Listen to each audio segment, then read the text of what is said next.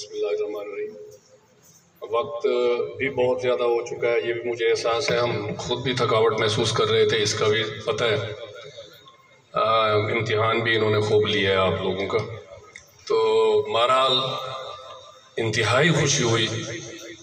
یہ مجھے کل 2 دن پہلے جب دعوت دینے گئے تھے تو میں نے ان سے یہ پوچھا تھا کہ یہ کس قسم کا پروگرام ہوگا، تو انہوں نے کہا جی آپ نے خیر العلوم میں 2-3 پروگراموں میں یہ بات کی تھی کہ جے ٹی آئی جو ہے اصل اس کو سامنے آنا چاہیے، تو ہمارے ذہن میں یہ بات تھی، اسی بنیاد پہ ہم نے یہ پروگرام رکھا اور جے ٹی آئی شروع کی ہے۔ تو مجھے بہت ہی خوشی ہوئی کہ انہوں نے بڑی ہمت سے کام لیا ہے۔ تقریباً کوئی 25-30 سال یا 40 سال کے بعد میرے خیال میں باقاعدہ طور پہ خیرپور ٹامے والی میں جے ٹی آئی کا وجود بنایا گیا ہے۔ یہ سن 1970 کی بات ہے۔ میں کچھ دن پہلے بھی اپنے پرانے کاغذ، میری عادت ہے میں دیکھتا رہتا ہوں، تو میں نے پرانے کاغذ دیکھے تو سن 1970 میں میری جمعیت طلبہ اسلام میں جو شمولیت تھی آج سے 50 سال پہلے کی، تو وہ رسیدیں پڑی ہوئی تھیں۔ اس میں ہمارے ایک دوست تھے پروفیسر حافظ انور ندیم صاحب، ان کی تھیں اور 5-7 لوگوں کی تھیں، تو وہ اس وقت بھی میرے پاس محفوظ پڑی ہیں۔ تو 1970 کا جب مجھے زمانہ یاد آیا تو پھر آج کا یہ زمانہ، تو درمیان میں کیا ہوا، کدھر گئے، کیا بنا ہمارے ساتھ، یہ عجیب سی اور بڑی تکلیف دہ کہانی ہے۔ آج پہلے تو بچے بیٹھے تھے، اب میں سوچ رہا تھا کہ پتہ نہیں بات کرنا مناسب بھی ہوگا یا نہیں، لیکن بچے ماشاءاللہ گھر چلے گئے۔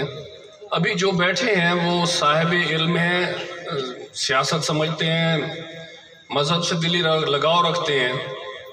تو ہم ایک زمانہ وہ تھا جب 1970 اور 71 میں پاکستان میں آپ کے علم کے لیے یہ بات دے دوں، شاید آج اتنے عرصے بعد کچھ لوگوں کو علم نہ ہو۔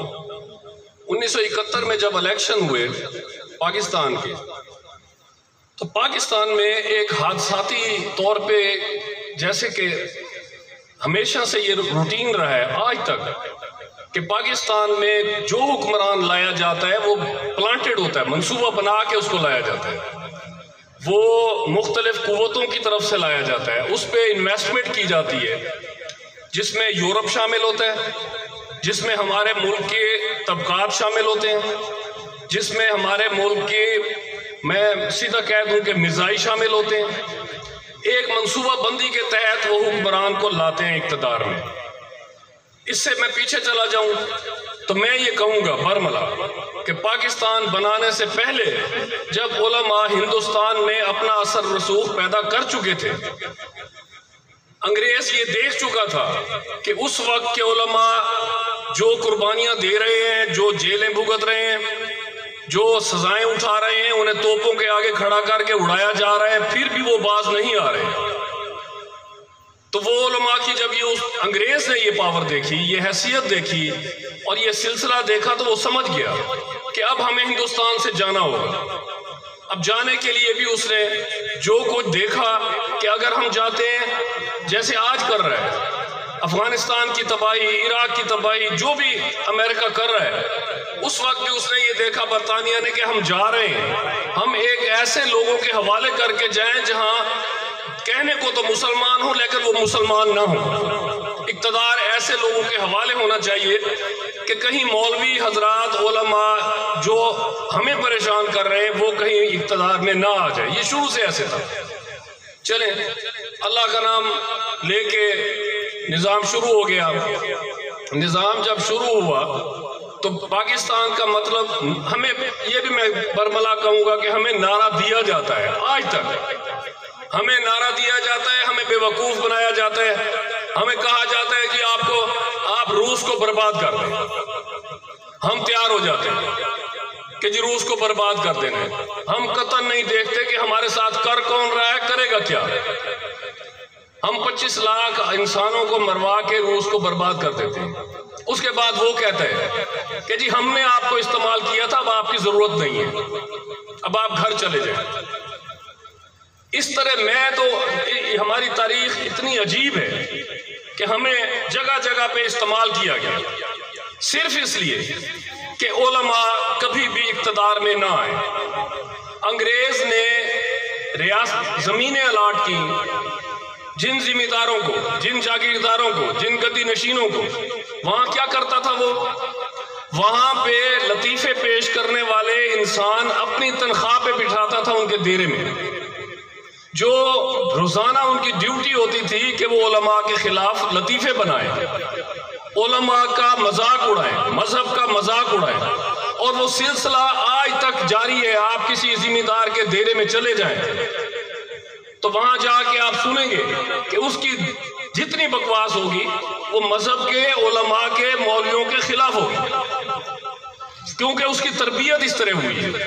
اسی طرح ہمارا بزنس مین طبقہ جو مذہب سے جس کا تعلق نہیں ہے، جس کی تربیت مذہبی نہیں ہے، جو مذہبی خاندان سے نہیں ہے، اس کا ذہن اس طرح تیار کیا گیا ہے کہ اس کی ہر گفتگو میں توہین علماء کی مقصد کوئی نہیں ہوتا، بات کوئی نہیں ہوتی، یعنی اقتدار علماء کا نہیں ہے۔ برا بھلا مولانا فضل الرحمان کو کہا جاتا ہے، یعنی ان کا نہ کبھی اقتدار آیا، نہ ان کی کوئی وجہ، لیکن پورا زور ان پہ لگایا جاتا ہے، جی وہ ایسے ہیں، یعنی علماء ایسے ہیں۔ ابھی کچھ دن پہلے بھی ہمارے یہاں کے پاکستان کے بہت بڑے ایک لیڈر ہیں جو اپنے آپ کو بڑا عقل کل کا مالک سمجھتے ہیں، شیخ رشید صاحب، یعنی ان کے ارشادات عالیہ جو ہوتے ہیں وہ عام حالات میں مذہبی لوگوں کے، مذہب کے، علماء کے اگینسٹ ہوتے ہیں، خلاف ہوتے ہیں، لیکن وہ کہتے کیا ہیں؟ میں ختم نبوت کا سپاہی ہوں۔ ان کے حالات دیکھ لیں، ان کی تاریخ دیکھ لیں، ان کے، میں تو آگے نہیں جاتا، میرے پاس ویڈیوز موجود ہیں، مطلب وہ عجیب مخلوق ہیں کیا پلانٹیڈ ہیں، منصوبہ بندی ہے، ان کے ذمہ لگایا گیا کہ آپ خود کو خلیفہ کے، آپ خود کو یہ کہیں کہ جی میں سپاہی ہوں ختم نبوت کا، اور اس طرح سے لوگوں کے جذبات سے کھیلیں، لوگوں کے جذبات کو مجروح کریں اور آپ اقتدار میں رہیں مستقل تاحیات۔ تو اس طرح کے لوگوں نے ہمیں پاکستان بننے کے بعد استعمال کیا۔ 1971 کی میں بات کر رہا تھا، 1971 میں مولانا مفتی محمود صاحب، حضرت مولانا درخواستی صاحب، مولانا غلام غوث ہزاروی صاحب، ان لوگوں کے خلوص کی وجہ سے، ان لوگوں کی محنت کی وجہ سے، ان لوگوں کی وجہ سے پاکستان میں جب الیکشن ہوتا ہے 1971 کا، پیپلز پارٹی اقتدار میں آتی ہے یا جیتتی ہے مغربی پاکستان میں، مشرقی پاکستان میں مجیب الرحمان کی پارٹی جیتتی ہے۔ اچھا، مغربی پاکستان، مشرقی پاکستان میں مجیب الرحمان کی جب پارٹی جیتتی ہے تو وہ وزیر اعظم بننے کی اہل ہوتی ہے، اس کو اقتدار اصولاً ملنا چاہیے تھا۔ اس وقت دو صوبے تھے، مغربی پاکستان، مشرقی پاکستان۔ اب الیکشن ہوا، مجیب الرحمان کو اقتدار دے دینا چاہیے تھا، وزیر اعظم بنا دینا چاہیے تھا، نہیں بنایا گیا، وہ بھی منصوبہ بندی تھی۔ ابھی جو پاکستان بنا، اس الیکشن میں ہوا کیا؟ ہماری جو ریزلٹ آیا تو پاکستان میں پیپلز پارٹی کے بعد دوسرے نمبر پہ جمعیت علماء اسلام کے ووٹ تھے، یعنی اتنی بڑی پارٹی کہ پاکستان میں دوسرے نمبر پہ آئی۔ محنت کس کی تھی؟ علماء کی۔ اثر کیا تھا پچھلے ادوار کا؟ علماء کا۔ اب انہوں نے پھر دیکھا کہ یہ پھر عذاب آ رہا ہے، ان کے لیے عذاب ہے، مذہب، علماء، یہ سب ان کے لیے بڑا عذاب ہے کہ یہ کہیں اقتدار میں نہ آتے۔ اب وہ جب یہ دیکھا تو پھر ہمارے جو سلسلے ہیں ہماری پارٹیز کو توڑنے کے، ابھی تھکے ہوئے تو ہیں لیکن میں تھوڑی سی، مجھے بھی وہ کہہ دیا انہوں نے، تو باقی تو حضرات اتنے اچھے تقریریں کی ہیں کہ یہ، میں تو کہتا ہوں یہ 26 جو ان سے مقرر ہے نا، یہ ان میں سے یہ جج صاحبان پتہ نہیں کیسے کریں گے، تو 26 کے 26 اتنے اعلیٰ، اور پھر اس کے علاوہ بھی میں خیر العلوم مدرسے میں بھی 2-3 سال جاتا رہا ہوں، ان کی تقاریر سنتا رہا ہوں، میں تو حیران ہوتا ہوں، ہمیں تو بات کرنی آتی نہیں تھی، سیدھی بات ہے، اس عمر میں ہمیں کوئی تقریر کرنی نہیں آتی تھی، اور یہ اتنے اچھے مقرر ہیں، میں ان سے کہوں گا کہ خدا کا نام لے کے نا، تو یہ ایسے نا دیہات میں ہمارے پھیل جائے، ایک ایک دیہات میں جا کے ڈیرا لگا۔ اسی طرح کیا تھا ہمارے آباء و اجداد نے، صحابہ عرب سے چل کے یہاں تک آئے تھے، ہمارے علاقوں میں آئے، پوری دنیا میں پھیلے، وہ ایسے ہی تھا، انہوں نے مال اسباب نہیں دیکھے تھے، آپ بھی نہ دیکھیں، آپ پھیل جائیں، ہمارے دیہاتوں کو بہت ضرورت ہے، ہمارے دیہاتیوں نے جو ذمہ دار طبقہ ہے ہمارے اتحاد کے جو لوگ ہیں، جو حکومت کے لوگ ہیں، یہ سب نے ایک ایسا محاذ بنایا ہوا ہے آپ لوگوں کے خلاف، دیوبندیت کے خلاف، مذہبی لوگوں کے خلاف، کہ وہاں ہر گلی کوچے میں آپ کی ضرورت ہے۔ وہاں عجیب عجیب طرح سے نفرت پیدا کی ہوئی ہے کہ جی یہ یوں کہتے ہیں اس لیے یہ دشمن ہے رسول کے، یہ یوں کہتے ہیں یہ دشمن ہے علی کے۔ آپ لوگوں کی ذمہ داری، آپ نے مدارس سے پڑھا ہے، آپ اتنی اچھی تقریر کر لیتے ہیں کہ کمال کی بات ہے، آپ چلے جائیں یہاں رہنے کی بجائے نا، آپ مدارس میں جا کے دیہاتوں میں پھیل جائیں، ہر جگہ ایک مدرسہ بنا، تب جا کے کہیں ماحول بنے گا۔ تو میں کہہ یہ رہا تھا کہ یہ مسلسل ہمارے خلاف جو سلسلہ چلتا رہا، ہماری بدقسمتی ہوئی کہ مولانا مفتی محمود ایک ایسا عروج کا وقت تھا کہ اچانک ان کو ہارٹ اٹیک ہوا اور وفات پا گئے۔ بس وہ نظر تھی لگ گئی کسی کی، میرے نزدیک وہ ایسی نظر لگی جس سے ہم پیچھے ہٹتے گئے، پیچھے ہٹتے گئے، پیچھے ہٹتے گئے، اور پھر یہ زمانہ آیا کہ آج 25 30 40 سال کے بعد JTI کا نام لیا جا رہا ہے۔ ہوا کیا؟ وہ کہتے ہیں نا کہ یقین محکم عمل پہ ہم محبت فاتح عالم، محبت کی کمی ہو گئی آپس میں ہی۔ اس کے پیچھے ہاتھ کس کا تھا؟ ایجنسیز کا۔ اس کے پیچھے ہاتھ کس کا تھا؟ جاگیردار کا۔ اس کے پیچھے ہاتھ کس کا تھا؟ بزنس مینوں کا۔ آپ سمجھدار ہیں سارے بزنس مین کون تھے؟ وہ علماء کے ساتھ کیا کرنا چاہتے تھے؟ ایجنسیز کون تھیں؟ کیوں کرنا چاہتی تھیں؟ تینوں کے اقتدار رہے ہیں۔ ایجنسیز کا اقتدار 30 سال پاکستان میں، ایوب خان ایجنسیز کے، یحییٰ خان ایجنسی کا، اس کے بعد ضیاء الحق ایجنسی کا، 10 سال انہوں نے حکومت کی ہے۔ نام اسلام لیتے ہیں سارے پاکستان میں جتنے آتے ہیں نا، نام اسلام کا لیتے ہیں۔ ابھی نئے آ گئے، یہ ریاست مدینہ کے ہیں، یعنی ریاست مدینہ کے ہیں، حلف اٹھاتے ہوئے انہیں خاتم النبیین کہنا ہی نہیں آتا۔ 3 دفعہ کہا گیا کہ جی آپ خاتم النبیین کہہ دیں، نہیں کہا، کہنا ہی نہیں آیا۔ خاتم خاتم خاتم، میں دیکھ رہا تھا وہ پروگرام، یعنی یہ اب یہ نیا ریاست مدینہ کے حکمران آ گئے ہیں جن کو خاتم النبیین کہنا نہیں آیا۔ اور ایک ابھی میں آج بھی دیکھ رہا تھا ویڈیو، اس میں یہ تھا کہ وہ آدمی کہتا ہے کہ جی آپ بتائیں کہ حضور صلی اللہ علیہ وسلم کو خاتم النبیین نہ کہنے والے کو کافر کہا جا سکتا ہے یا نہیں؟ وہ کہتے ہیں میں تو، یہ عجیب بات ہے، یہ کیا بات ہے، یہی الفاظ ہے، یہ کیا بات ہے کہ جو حضور صلی اللہ علیہ وسلم کو خاتم النبیین نہ کہے اسے کافر کہہ دے؟ میں تو نہیں کہتا۔ یعنی یہ ریاست مدینہ کے سربراہ ہمیں بنا دے دیے گئے۔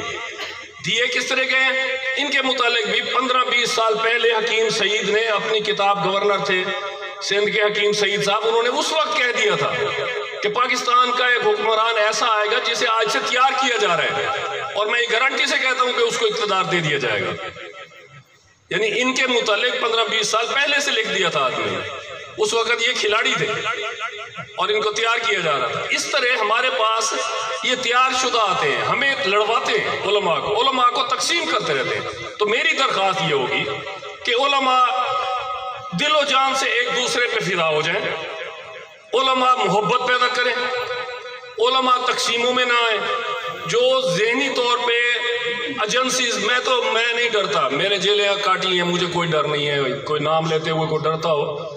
ایجنسیز کا کام کیا ہے کہ جی وہ آپ سے آ کے بڑے میٹھے میٹھے باتیں کریں گے، حضرت آپ یوں ہیں، حضرت آپ یوں ہیں، دیکھیں وہ فلاں مولوی آپ کے خلاف بول رہا ہے، وہ فلاں مولوی آپ کے خلاف ہے، وہ تبصرے کرتا ہے، تو ہم بلا وجہ جذبات میں آ جاتے ہیں۔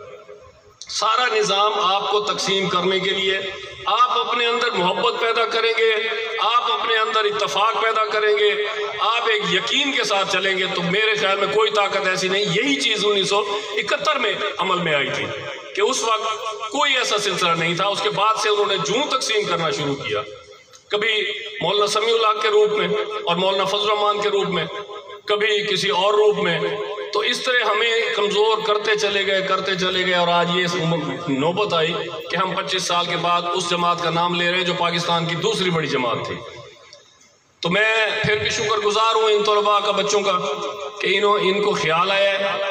ابھی جو صدر پنجاب کے پیش ہوئے، میں ان سے ایک درخواست کروں گا۔ میں نے 3-4 مرتبہ، میرے ایک دوست ہیں جو آج کل مولانا فضل الرحمان کے بہت قریب ہیں، ہمارے ہی علاقہ کے ہیں، حاصل پور کے اسلم غوری صاحب، میں نے ان سے 2-3 دفعہ درخواست کی ہے، ان سے کہا ہے کہ مولانا کو کہیں کہ جس طرح ان کے والد پنجاب میں جمعیت، والد صاحب نے، مفتی محمود صاحب نے پنجاب میں جمعیت بنائی. اس وقت کیا تھا، ہم نوجوان تھے، لڑکے تھے، مفتی صاحب کے پاس جو وقت لینے جاتا تھا کہ جی آپ ہمارے پاس آئیں، مفتی صاحب کا پہلا حکم یہ ہوتا تھا کہ وہاں جمعیت علماء اسلام ان دونوں کے دفاتر ہوں گے، میں افتتاح کروں گا تب آؤں گا. تو میں غوری صاحب سے کہتا ہوں کہ یہ کہا ہے میں نے 2-3 دفعہ کہ مولانا سے کہیں مہربانی کریں، یہ پنجاب بڑا زرخیز ہے، بہت مذہبی لوگ ہیں، بہت مدارس ہیں، اس کو یہ ضائع ہو رہا ہے، اور یہ تقسیم ہو کے اس طرح بے دل ہو کے کمزور ہو کے تو بہت ہی کمزور ہوتے جا رہے ہیں، پھر بعد میں نام لینا بھی مشکل ہو جائے گا. تو انہیں کہیں کہ پنجاب میں دخل دیں، پنجاب میں آئیں، پنجاب میں دفاتر بنوائیں، پنجاب میں تنظیم جو ہے JTI کی اور جمعیت علماء اسلام کی، ان کو متحد کریں، ان کو چلائیں. کیونکہ پہلے تھوڑا سا فرق پڑ گیا تھا جب یہ تقسیم ہوئی ہے، اور اس کا دکھ آج تک ہمیں ہے، اس کی وجہ سے نام مٹ رہا تھا. میں JTI کے جو صدر ہیں ان کا شکریہ بھی ادا کرتا ہوں کہ انہوں نے سفر کیا اور یہاں تک آئے. باقی بھی جو مہمان آئے ہیں ہمارے، ان کے یہاں بیٹھے ہیں، نشر و اشاعت کے ہیں، ان سے میں درخواست کروں گا کہ آپ جا کے ہاتھ جوڑ کے کھڑے ہو جائیں مفتی مولانا فضل الرحمان کے پاس، انہیں کہیں جی ہم پنجاب میں پھر کے آئے ہیں، وہاں بہت ضرورت ہے، آپ مہربانی کریں. تھوڑا سا ان میں اکتاہٹ ضرور ہے پنجاب کے بارے میں، اکتاتے ہیں، وہ کہتے ہیں یہاں کے لوگ جس طرح ہمیں بلوچستان اور سرحد، میری تو خود گفتگو ہوئی ہے 2 دفعہ، جس طرح ہمیں وہاں سے ریسپانس ملتا ہے، عزت ملتی ہے، یہ پنجاب والے نہیں دیتے ہمیں عزت.